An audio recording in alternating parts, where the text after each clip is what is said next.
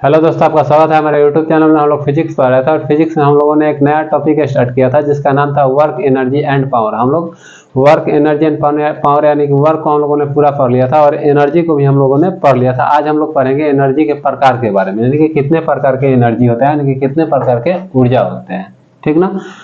ऐसे देखा जाए तो बहुत प्रकार के ऊर्जा होते हैं, ठीक ना, लेकिन हमको जो हमारे एग्जाम में पूछने वाले हैं, जो हमारे एग्जाम में आते हैं, हम उसी को पढ़ेंगे। ठीक, तो आइए हम लोग देखते हैं। हम लोगों ने स्टार्ट किया था work, power and energy. Work, energy and power, कार्य, ऊर्जा एवं शक्ति। कार्य, ऊर्जा एवं शक्ति, जिसे हम लोग हिंदी में कहते हैं कार्य, ऊर्जा एवं शक्ति। कार्य के बारे में हम लोगों ने पढ़ा था। वर्क के बारे में हम लोगों ने पूरा पढ़ लिया है। हम लोग एनर्जी के बारे में पढ़ रहे थे। वर्क के बारे में हम लोगों ने पूरा पढ़ लिया, एनर्जी के बारे में हम लोग पढ़ रहे थे। एनर्जी के बारे में हम लोगों ने एनर्जी को समझा था कि एनर्जी किसे कहते हैं, क्या है क्या नहीं। एनर्जी के बारे में हम लोगों ने पूरा समझ लिया था। अब हम लोग आगे बढ़ेंगे, एनर्जी के प्रकार को हम लोग देखेंगे। ऊर्जा के प्रकार, ऐसे ऊर्जा के प्रकार बहुत सारे होते हैं। क्या होते हैं? ऊर्जा के प्रकार अगर देखा जाए तो ऊर्जा के प्रकार बहुत सारे होते हैं, लेकिन हम लोग कॉमन दो प्रकार के ही ऊर्जा को यहाँ चर्चा हम लोग करेंगे। कितने प्रकार के ऊर्जा को यहाँ चर्चा हम लोग करेंगे? दो प्रकार के ऊर्जा को। एक कौन होता है? तो एक काइनेटिक एनर्जी। क्या होता है? काइनेटिक एनर्जी यानी कि गतिज ऊर्जा। काइनेटिक एनर्जी, काइनेटिक एनर्जी यानी कि इसे हिंदी में कहते हैं गतिज ऊर्जा। गतिज ऊर्जा। एक होता है पोटेंशियल एनर्जी, दूसरा होता है पोटेंशियल एनर्जी। एनर्जी यानी कि स्थितिज ऊर्जा। स्थितिज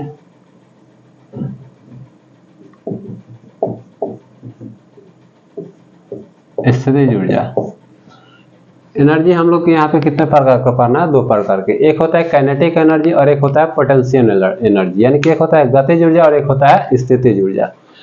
इस दोनों के सम्मिलित रूप को क्या कहते हैं हम लोग? दोनों के सम्मिलित रूप को मैकेनिकल एनर्जी कहते हैं, यानी कि यांत्रिक ऊर्जा कहते हैं। क्या कहते हैं? यांत्रिक ऊर्जा कहते हैं। यानी कि जिस ऊर्जा में ये दोनों, जिस वस्तु में दोनों रहेगा उसमें क्या रहेगा? यांत्रिक एनर्जी कहेंगे। जिस चीज में, जिस ऊर्जा में ये दोनों मौजूद रहेगा उसे क्या कहेंगे? यांत्रिक ऊर्जा कहेंगे, यानी कि मैकेनिकल एनर्जी कहेंगे। क्या कहेंगे? मैकेनिकल एनर्जी कहेंगे। तो पहले हम लोग दोनों को समझते हैं, उसके बाद मैकेनिकल एनर्जी को देखेंगे। जैसे देखिए, हम लोग पहले समझ रहे हैं काइनेटिक एनर्जी को। किसको समझेंगे? काइनेटिक एनर्जी को। काइनेटिक एनर्जी, काइनेटिक एनर्जी यानी कि गतिज ऊर्जा।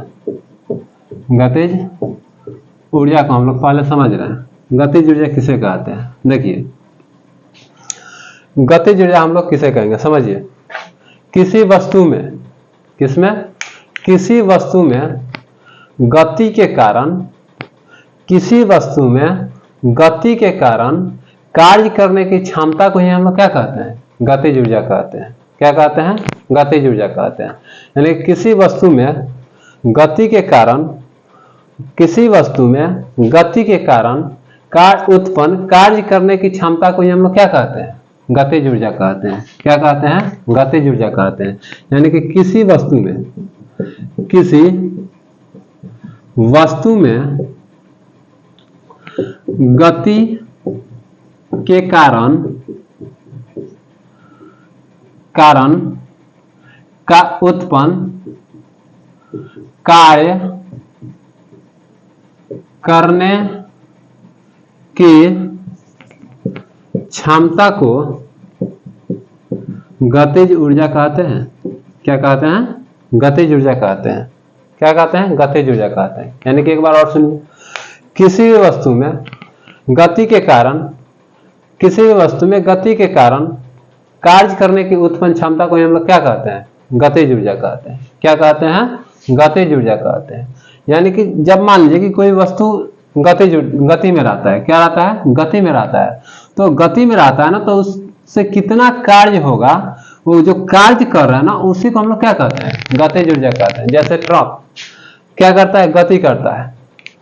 ठोकर लगता है तो ये कितना ऊर्जा उसमें देता है, उसी को हम लोग क्या कहते हैं? गतिज ऊर्जा कहते हैं। यानी कि कार्य कीजिएगा, यानी कि गति कीजिएगा, इसके कारण जो ऊर्जा उत्पन्न होगा ना, काम करने के लिए जो ऊर्जा उत्पन्न होगा, उसे हम लोग क्या कहते हैं? गतिज ऊर्जा कहते हैं। क्या कहते हैं? गतिज ऊर्जा कहते हैं। क्या कहेंगे? गतिज ऊर्जा कहेंगे। अब कोई वस्तु गतिज ऊर्जा है, गति अवस्था में, गति के कारण उसको काम करने की क्षमता उत्पन्न हो जाता है, तो आखिरकार वो कार्य कितना करेगा? क्या करेगा? वो कार्य करेगा तो कितना करेगा? कोई वस्तु में हम कह रहे हैं कि गतिज हो रहा है। क्या हो रहा है? गति हो रहा है। किसी भी वस्तु में भी हम मान रहे हैं, किसी भी वस्तु में क्या हो रहा है? गति हो रहा है। क्या हो रहा है? गति हो रहा है, यानी कि वो वस्तु मोशन कर रहा है, तो उस मोशन के कारण उसमें एक कार्य करने की क्या हो जाता है? एक क्षमता उत्पन्न हो जाता है, तो वो कार्य करता है। तो आखिरकार वो कार्य कितना करेगा? वो वस्तु गति के कारण कितना कार्य करेगा? क्या करेगा? कितना कार्य करेगा? आइए हम लोग समझते हैं कि गति के कारण वो वस्तु कितना कार्य करेगा। क्या करेगा? कितना कार्य करेगा? तो देखिए, हम जब आप लोगों को मोशन पढ़ा रहे थे तो एक फॉर्मूला हमने बताया था, वी स्क्वायर। हमने एक क्या फॉर्मूला बताया? चाहे ऐसे देखिए, गति के कारण वो कितना उत्पन्न करेगा। मान लीजिए कि क्या है, एक ये पृथ्वी है। क्या है? ये पृथ्वी है। क्या है? पृथ्वी है। पृथ्वी पे हम एक वस्तु एम वस्तु को रखे हैं। किस वस्तु को रखे हैं? एम वस्तु है। ये भी वेग से क्या है? गतिशील है। क्या है? ये भी वेग से गतिशील है। आप भी की जगह कुछ भी मान सकते हैं। क्या कर सकते हैं? आप भी के जगह कुछ भी मान सकते हैं, लेकिन फिजिक्स में हर एक बुक में क्या माना है? भी माना है, इसलिए हम लोग क्या मान लेते हैं? भी मान लेते हैं। ये भी वेग से क्या है? गतिशील है। हम आप लोग को न्यूटन के हम लोग फर्स्ट लॉ पढ़े थे कि यदि कोई वस्तु क्या है? गतिशील है, तो गतिशील अवस्था में ही रहेगा, या कोई वस्तु विरामा में है तो विरामा अवस्था में ही रहेगा। हम लोग आप लोग को जो मैंने पढ़ाया है न्यूटन्स लॉ, उसमें आप लोग अगर नहीं पढ़े हैं तो वहां जाके आप लोग वीडियो आप लोग का पढ़ा हुआ है यूट्यूब पे, आप लोग जाके देख सकते हैं कि मैंने पढ़ाया खूब अच्छा सा लोगों को न्यूटन के नियम को समझाया। तो उसके फर्स्ट नियम में यही कहा गया है कि कोई वस्तु यदि गति अवस्था में है तो गति अवस्था में ही रहेगा, अगर वह विरामा अवस्था में है तो वह विरामा अवस्था में ही रहेगा। किस अवस्था में रहेगा? विरामा अवस्था में ही रहेगा, जब तक कि उस पर कोई बाहरी बल आके कार्य न करे। तो ये वस्तु क्या है? ये वस्तु भी वेग से गतिशील है, तो इसके अकॉर्डिंग, किसके? न्यूटन के फर्स्ट लॉ के अकॉर्डिंग ये गतिशील ही रहेगा। कब तक गतिशील रहेगा? कि जब तक इस पे कोई बाहरी बल आके कार्य न करे। तो हम इससे पे बाहरी बल लगा दिए F। अब इसको F लगा के हम क्या कर रहे हैं? इधर की तरफ ये गतिशील है, लेकिन हम F बल लगा के इसको क्या कर रहे हैं? रोकने का स्टार्ट कर रहे हैं। जब रोकने का स्टार्ट कर रहे हैं तो वस्तु यहाँ आके क्या हो जा रही है? रुक जा रही है। वस्तु यहाँ आके क्या हो जा रही है? रुक जा रही है। कि जो m द्रव्यमान की वस्तु है, जो m वस्तु है, यहाँ आके रुक जा रही है, तो यानी कि इसका वेग क्या हो जा रहा है? जीरो हो जा रहा है। वेग क्या हो जा रहा है? जीरो हो जा रहा है। अब यहाँ से यहाँ तक कि देखिए कुछ ना कुछ दूरी तो तय हुआ है ना, तो इस दूरी को हम क्या मान लेते हैं? s मान लेते हैं। दूरी को क्या मान लेते हैं? s मान लेते हैं कि s दूरी तय की, यानी कि s दूरी तय करते करते वस्तु का क्या हो गया? वेग खत्म हो गया, यानी कि वस्तु रुक गई। अब हम आप लोग को जब पढ़ा रहे थे तो एक फॉर्मूला बताए थे, वी स्क्वायर बराबर यू स्क्वायर प्लस 2as। क्या बनाए थे? बताए थे वी स्क्वायर बराबर यू स्क्वायर प्लस 2as। अब यहाँ देखिए वी स्क्वायर यानी कि वी क्या है? जीरो हो गया, इक्वल टू यू यानी कि वी के स्क्वायर प्लस 2as।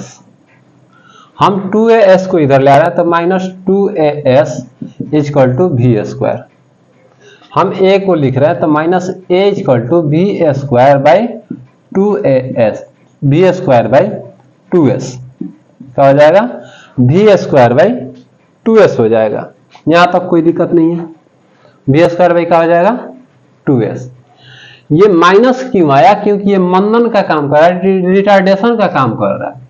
ये इसके गति को क्या कर रहा है? रोकने का काम कर रहा है, इसीलिए यहाँ क्या आ गया? निगेटिव आ गया। यानी कि किसका निगेटिव का साइन आता है तो क्या साइन आता है तो क्या होता है? मंदन होता है। क्या होता है? त्वरण यानी कि कम होता है, ठीक ना। तो ये मंदन, तो ये साइन से हम लोगों को कोई बहस नहीं है, साइन केवल बताता है कि ये क्या है? वस्तु में क्या हो रहा है, मंदन हो रहा है, यानी कि वस्तु का वेग क्या हो रहा है, घट रहा है। ठीक, अब हम आप लोगों को बताए थे वर्क बराबर F S F into S, क्या बताए थे, एफ इंटू एस।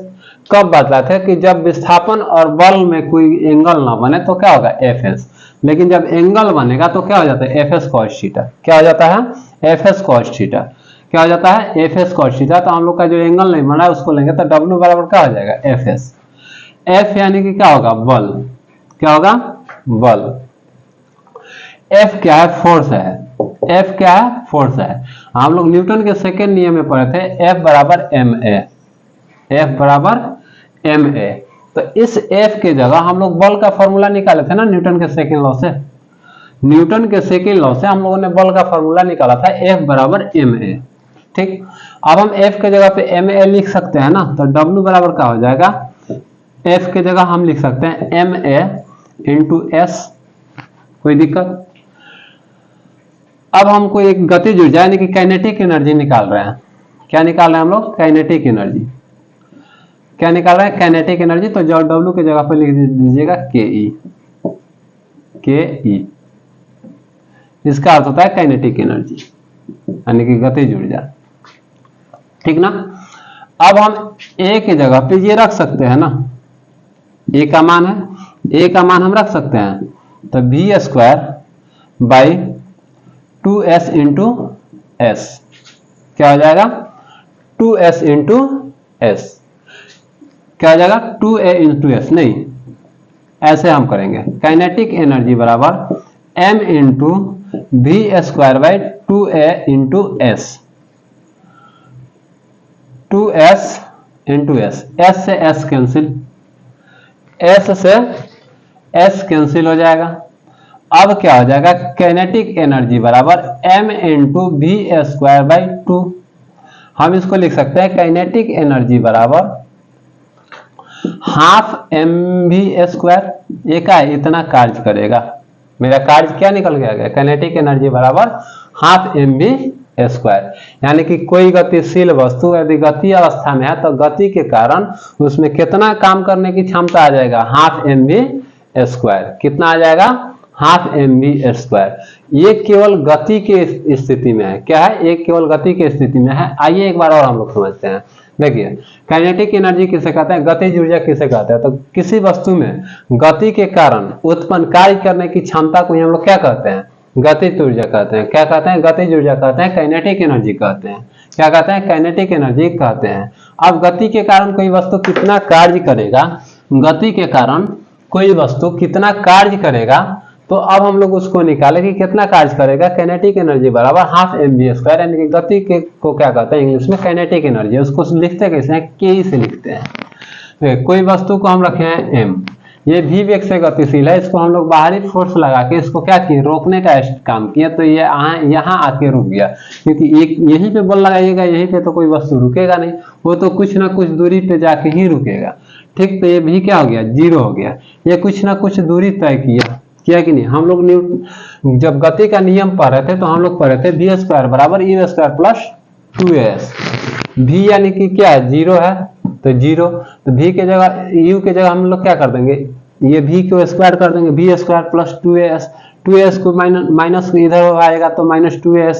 क्या हो जाएगा, वी स्क्वायर माइनस, अब ये 2as को इधर ले जाएंगे तो क्या हो जाएगा, माइनस a बराबर वी स्क्वायर बाई 2as। ठीक, अब हम लोग बल का फॉर्मूला हम लोग देखे थे, F S cos theta. F का हम लोग समीकरण पढ़े थे न्यूटन का सेकेंड लॉ से। क्या निकलता है, बल का समीकरण निकलता है। बल का समीकरण क्या होता है, m इंटू एन, यानी कि मास गुना द्रव्यमान। तो हम लोग यहाँ लिख सकते हैं काइनेटिक एनर्जी बराबर m into V square by, हम एम ए लिख दिए, इंटू एस लिख दिया। अब हम यहाँ लिख सकते हैं m into V square by 2s into S, S से एस कैंसिल, 2 बच गया तो m into V square by 2 हो गया।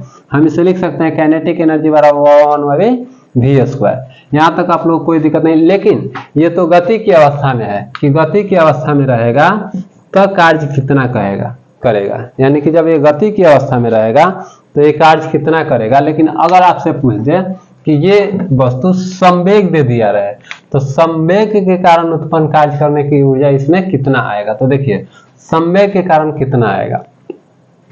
हम क्या कर रहे हैं कि काइनेटिक एनर्जी में काइनेटिक एनर्जी में हम क्या कर रहे हैं कि ये क्या है हमारा हाफ mv² में हम क्या कर रहे हैं m/m से गुना कर दे रहे हैं। कोई दिक्कत है? कटेगा तो 1 आएगा तो फिर इसका मान में कोई परिवर्तन नहीं रहेगा। तो ये क्या हो जाएगा, काइनेटिक एनर्जी बराबर हो जाएगा 1/2 m² इंटू v²/m। यहाँ तक कोई दिक्कत है? नहीं है। देखिए अब हम इसको लिख सकते हैं, आपको बताए थे संवेग बराबर होता है द्रव्यमान गुने वेग, यानी कि द्रव्यमान गुने वेग। क्या पोटेंशियल P बराबर होता है m इंटू v। P बराबर होता है, यानी कि संवेग को P से सूचित करता है, P बराबर होता है m इंटू v। हम ऐसे लिख सकते हैं P² बराबर m² इंटू v²। लिख सकते हैं कि नहीं लिख सकते हैं? लिख सकते हैं। आप देखें तो m² इंटू v² है, यहाँ m² इंटू v² है, तो हम लिख सकते हैं 1/2 P²/m। लिख सकते हैं कि नहीं लिख सकते हैं? इंटू में तो ये क्या हो जाएगा P²/2m। जब कोई संवेग दिया रहे तो कितना काम करेगा संवेग के कारण कोई गतिशील वस्तु, तब P²/2m। लेकिन गति के कारण कितना काम करेगा कि काइनेटिक एनर्जी बराबर 1/2 mv²। कितना काम करेगा? 1/2 mv² काम करेगा। कितना काम करेगा? 1/2 mv² काम करेगा। आप लोग को गतिज ऊर्जा समझ में आया होगा। अब हम लोग आगे चलते हैं स्थितिज ऊर्जा की तरफ। कहाँ देखें क्या पढ़ेंगे हम लोग? अब स्थितिज ऊर्जा।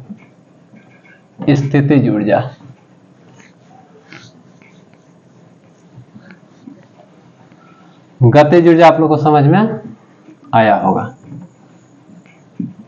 बहुत अच्छा से आप लोगों को गतिज ऊर्जा समझ में आ गया होगा। और हम लोग पढ़ते हैं स्थितिज ऊर्जा, पोटेंशियल एनर्जी। स्थितिज ऊर्जा, पोटेंशियल एनर्जी।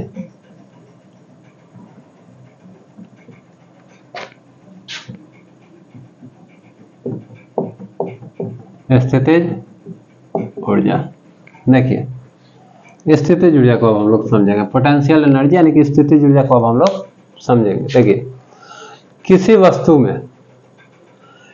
वस्तु में पृथ्वी के सापेक्ष स्थिति के परिवर्तन को, किसी वस्तु को में पृथ्वी के सापेक्ष स्थिति में परिवर्तन के फलस्वरूप जो ऊर्जा उसमें संचित होता है उसे हम लोग क्या कहते हैं? स्थितिज ऊर्जा।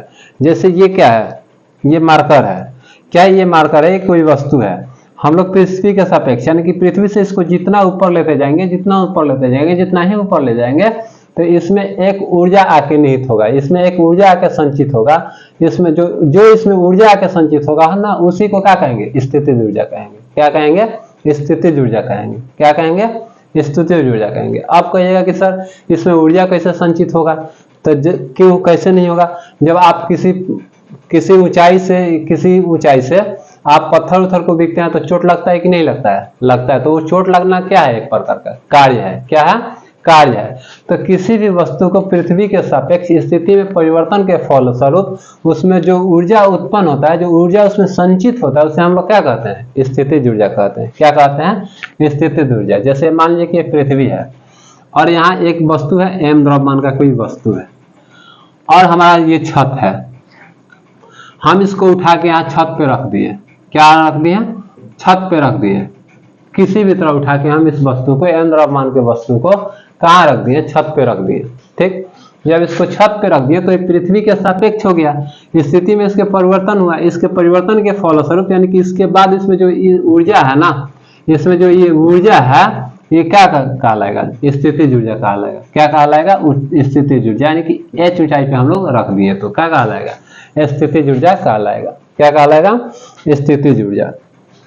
ठीक ना? क्या कहलाएगा? स्थितिज ऊर्जा। स्थितिज ऊर्जा का फॉर्मूला होता है, mgh। यानी कि स्थितिज ऊर्जा पोटेंशियल एनर्जी यानी कि P बराबर mgh होता है। यानी कि पोटेंशियल एनर्जी क्या क्या चीज पे निर्भर करता है? हाइट पे और द्रव्यमान पे निर्भर करता है। आप जितने वस्तु को ऊंचा ले जाइएगा उसमें कार्य करने की क्षमता उतना ही आएगा, या उसका द्रव्यमान जितने बढ़ाइएगा उसमें कार्य करने की क्षमता उतना ही अधिक होगा। क्या होगा? उतना ही अधिक होगा। जैसे देखिए पानी टंकी, पानी टंकी को हम लोग क्या करते हैं, बहुत ऊंचा पे ले जाते हैं। क्या करते हैं, बहुत ऊंचाई पे ले जाके हम लोग पानी टंकी को लगाते हैं। क्यों लगाते हैं, क्योंकि जैसे जैसे हम लोग का ऊंचाई बढ़ेगा, तो जैसे जैसे हाइट बढ़ेगा, तो उसमें स्थितिज ऊर्जा क्या हो जाएगा, ज्यादा होगा। क्या हो जाएगा, उसमें कार्य करने की क्षमता ज्यादा हो जाएगा। इसीलिए हम लोग क्या करते हैं, टंकी को ज्यादा ऊपर ले जाते हैं, पानी टंकी को क्या करते हैं, ज्यादा ऊपर तक ले जाते हैं। आप लोग को समझ में अब ये तो आ गया होगा, यानी कि स्थितिज ऊर्जा बराबर होता है, यानी कि पोटेंशियल एनर्जी बराबर होता है mgh।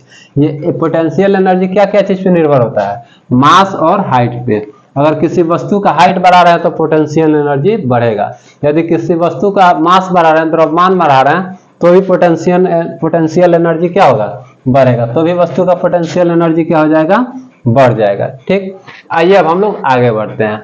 अब हम लोग देखते हैं कि दोनों को गतिज ऊर्जा और पोटेंशियल ऊर्जा को क्या कहते हैं, गतिज ऊर्जा और स्थितिज ऊर्जा और गतिज ऊर्जा को सम्मिलित रूप को क्या कहते हैं, मैकेनिकल एनर्जी। क्या कहते हैं, मैकेनिकल एनर्जी, यानी कि यांत्रिक ऊर्जा कहते हैं। क्या कहते हैं, यांत्रिक ऊर्जा कहते हैं।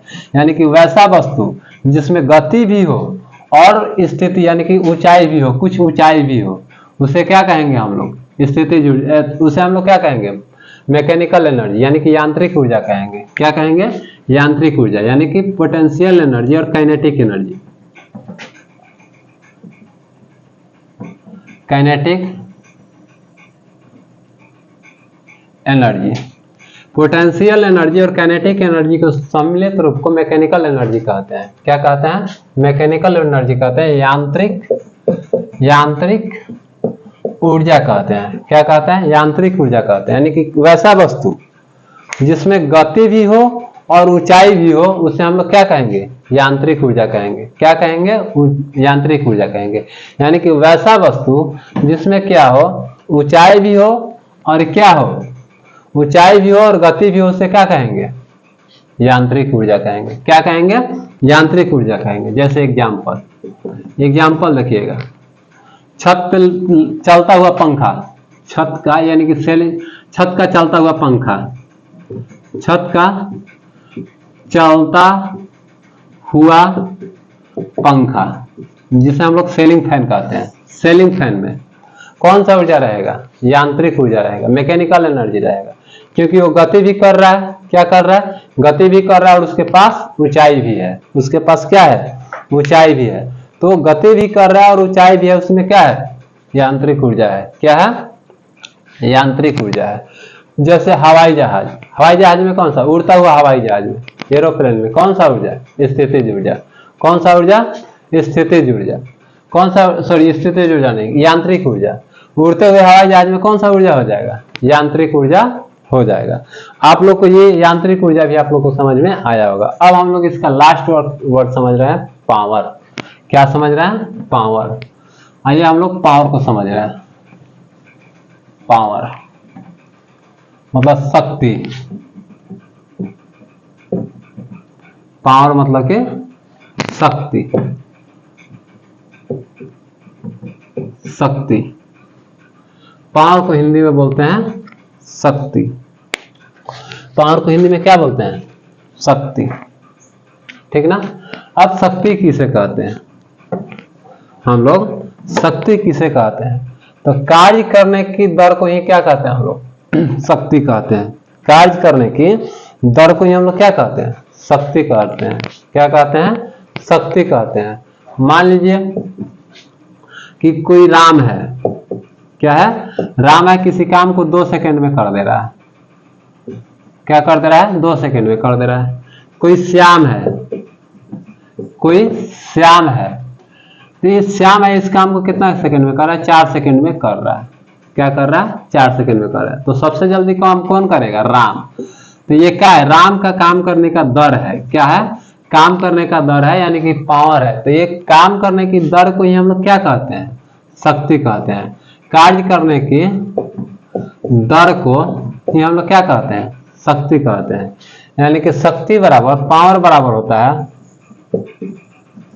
शक्ति बराबर होता है कार्य बट्टा समय।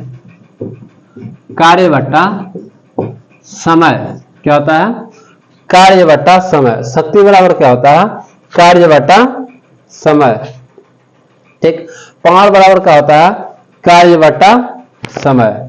शक्ति का ऐसा ही मात्रक वाट होता है, शक्ति का ऐसा ही मात्रक वाट होता है, वाट होता है। क्या होता है, शक्ति का ऐसा ही मात्रक क्या होता है, वाट होता है। और शक्ति क्या है, अदिश राशि है। कौन सी राशि है, अदिश राशि है। शक्ति क्या है, अदिश राशि है। क्या है, अदिश राशि है। एक ये जो वाट है ना, ये हमारा छोटा यूनिट है, इसलिए हम लोग कभी कभी क्या करते हैं, किलो वाट का प्रयोग करते हैं। क्या कहते हैं, किलो वाट का प्रयोग करते हैं। 1 किलो वाट बराबर 746 हॉर्स पावर होता है। क्या होता है, हॉर्स पावर होता है। 1 किलो वाट बराबर 746 हॉर्स पावर होता है। 1 किलो वाट बराबर क्या होता है, 746 हॉर्स पावर होता है। ठीक, तो आपको शक्ति समझ में आया होगा, यानी कि शक्ति किसे कहते हैं, पावर किसे कहते हैं, तो कार्य करने की दर को ही हम लोग क्या कहते हैं, शक्ति कहते हैं। शक्ति बराबर क्या होता है, कार्य बटा समय। शक्ति बराबर क्या होता है, कार्य बटा समय। शक्ति का ऐसा ही मात्रक क्या होता है, वाट होता है। क्या होता है, वाट होता है। ये वाट क्या है, छोटा यूनिट है, इसलिए हम लोग क्या चीज में नापते हैं, किलो वाट में नापते हैं। 1 किलो वाट बराबर क्या होता है, 776 हॉर्स पावर होता है। क्या होता है, 776 हॉर्स पावर होता है। आज भर के लिए इतना ही। अब हम लोग एक नेक्स्ट में अलग टॉपिक पढ़ेंगे और मिल रहे हैं अगला वीडियो में।